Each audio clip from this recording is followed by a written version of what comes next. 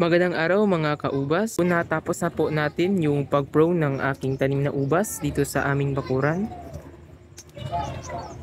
Ito na po. So ito po yung Baikonur na variety. So bali 3 puno lang po ito. Ito naman po yung White Malaga variety.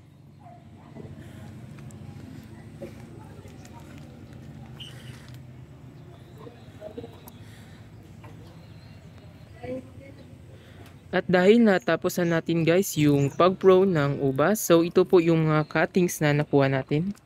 Ito po ay yung Baikonur at saka may kaunti po ditong White Malaga variety. Pero mostly po ng cuttings is Baikonur. Ito po yung cuttings ng Baikonur. Ito po. Ito po ay available pa po. Pero yung iba dito is na-reserve na po ito. Pero pa rin po mga available na cuttings.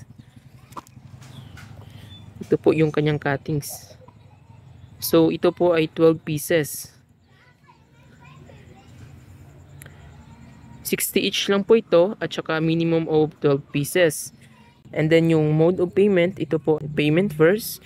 So sa mga interesado po or gusto pong mag-avail ng cuttings, just PM lang po sa aking FB account or just comment below na lang po sa comment section para at least malaman ko po kung sino po yung mga interested at gusto pong ma-avail dahil sa darating po na Monday ay magpapaship na po ako dito lang po sa Mindanao.